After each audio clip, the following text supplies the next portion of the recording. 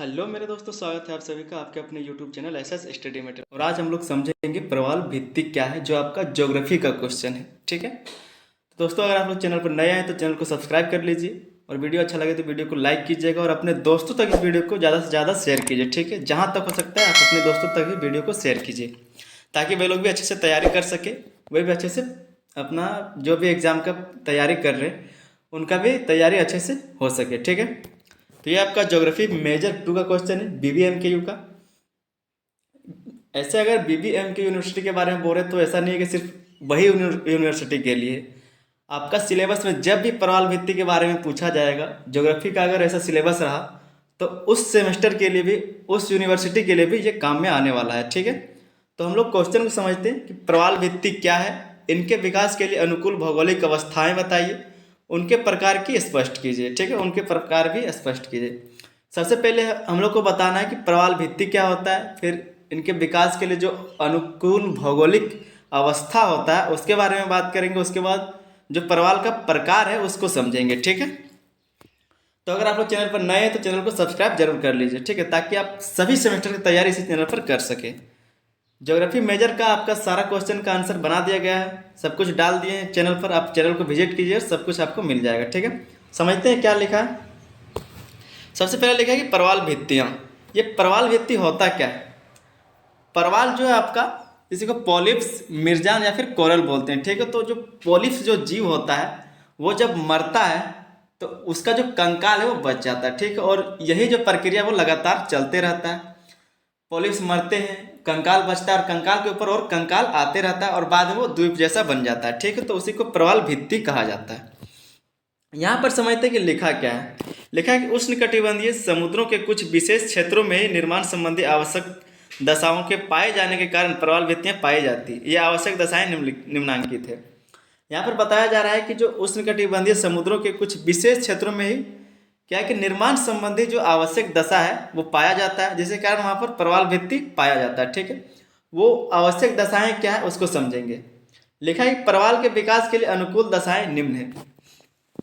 प्रवाल जहाँ पर रह सके, प्रवाल का जहाँ पर उपस्थिति होता है उसके लिए कुछ अनुकूल दशा होना चाहिए, अनुकूल स्थिति होना चाहिए ताकि वे वहाँ पर विकास कर सके, वहाँ अच्छे से रह सके। ठीक है, तो उसके लिए जो पहला है वो आपका तापमान है। क्या लिखा है कि प्रवाल मुख्य रूप से उष्णकटिबंधीय महासागरों 30 डिग्री नॉर्थ से 30 डिग्री साउथ में पाए जाते हैं।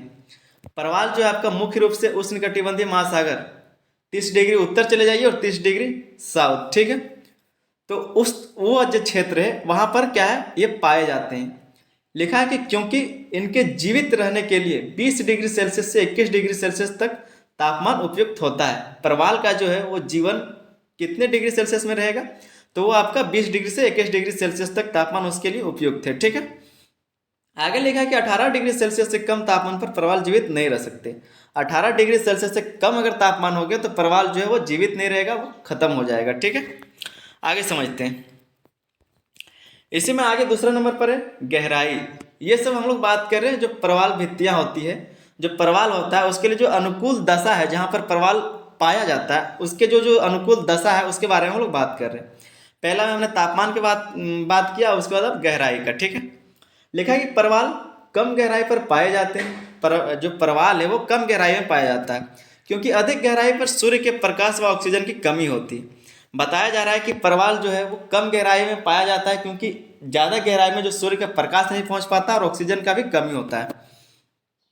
50 से 70 मीटर की गहराई में प्रवाल विकसित हो सकते हैं। बताया जा रहा है कि 50 से 70 मीटर की गहराई में जो है समुद्र की गहराई में वहाँ तक का लिमिट है कि वहाँ तक प्रवाल पाए जा सकते हैं। ठीक है, ये आपका गहराई का बात हुआ। फिर तीसरे में स्वच्छ व अवसाद रहित जल। प्रवाल का जो स्थिति है, प्रवाल जो है उसके रहने के लिए जो अनुकूल दशा है उसके लिए एक स्वच्छ व अवसाद रहित जल का जरूरत है। ठीक है, साफ और अवसाद रहित मतलब वहाँ पर अवसाद जमा हुआ नहीं होना चाहिए। इसमें लिखा है कि प्रवालों के विकास के लिए साफ और अवसाद रहित जलीय क्षेत्र आवश्यक होता है क्योंकि अवसादों के कारण प्रवाल का मुख बंद हो जाता है और वे मर जाते हैं। क्योंकि जब प्रवाल जो है कंकाल से बना हुआ होता है तो अवसाद के कारण क्या होगा कि जो कंकाल में जो भी मुख बना हुआ रहता है, जो भी छेद बना हुआ रहता है वो ढक जाएगा। ठीक है, तो इससे प्रवाल विकसित नहीं हो सकेगा और वो मर जाएंगे वहीं पे। इसीलिए जो है स्वच्छ जल और अवसाद रहित जल वहाँ पर चाहिए परवाल के लिए। इसमें चौथा क्या है, लवणता। लवणता भी जरूरी है। समझते हैं क्या लिखा है। लिखा है कि परवालों के लिए उचित लवणता भी आवश्यक होती है। परवालों के लिए जो उचित लवणता आवश्यक है। कितना, 32 से 47 ग्राम प्रति हजार तक लवणता हो सकती है। परवाल के लिए जो है आपका 32 से लेकर 47 ग्राम प्रति हजार लीटर के बारे में ये बात हो रहा है, जल के बारे में, ठीक है। कि अगर 1000 मतलब 1000 लीटर जल है तो उसमें 32 से 47 ग्राम प्रति हजार लवणता हो सकती है। तो इस ये जो है अनुकूल स्थिति है परवाल के रहने के लिए, ठीक है। उसके बाद लिखा है कि इससे कम लवणता परवाल को खनिज लवण प्राप्त नहीं होने देते। अगर 32 से 47 से कम लवणता हो गया तो इससे क्या है कि जो परवाल है वो खनिज नहीं ले पाएगा, ठीक है, खनिज प्राप्त नहीं कर सकता है। जिसके कारण क्या होगा, लवणता इससे ज़्यादा होने पर कैल्शियम कार्बोनेट बढ़ जाती है, और लवणता अगर इससे ज़्यादा हो गया तो क्या होगा कि इसमें कैल्शियम कार्बोनेट बढ़ जाता है, जिससे इनका विकास अवरुद्ध हो जाता है, और जिससे क्या है कि इनका विकास नहीं हो पाता, विकास में इनका अवरुद्ध हो जाता है, ठीक है। ये आपका 4 अनुकूल स्थिति था। आगे समझते हैं।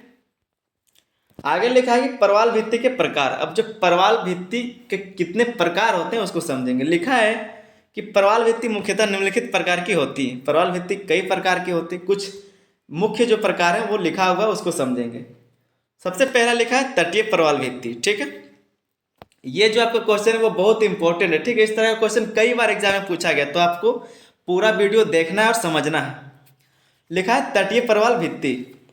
क्या है कि जब परवाल भित्ति तट से संबंध होकर निर्मित होती है, जब परवाल भित्ति तट से संबंध होकर निर्मित होती है तब उसे तटीय परवाल कहते हैं।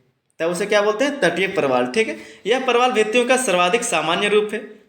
अब ये जो रूप है वो सामान्य रूप है, ठीक है, कई जगह पर पाए जाते हैं। जैसे यहाँ पर दिया गया है कि रामेश्वरम और फ्लोरिडा के तटीय क्षेत्र में ऐसी ही परवाल भित्तियाँ पाई जाती है।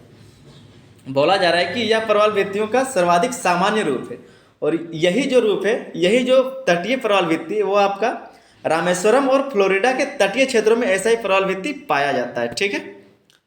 दूसरा में अवरोधक परवाल भित्ति। ये जो है आपका इस तरह का जो अवरोधक परवाल भित्ति वो आपका ऑस्ट्रेलिया में पाया जाता है, ठीक है, और ऑस्ट्रेलिया में इसका बहुत बड़ा भाग है। क्या लिखा है उसको समझते हैं। लिखा है कि जब परवाल भित्ति तट के समांतर किंतु तट से दूर निर्मित होती है, जब परवाल भित्ति तट के समांतर ही लेकिन तट के दूर निर्मित होती है, ठीक है, तब इसे अवरोधक परवाल भित्ति कहा जाता है। यह जलयानों के आवागमन में अवरोध उत्पन्न करती है।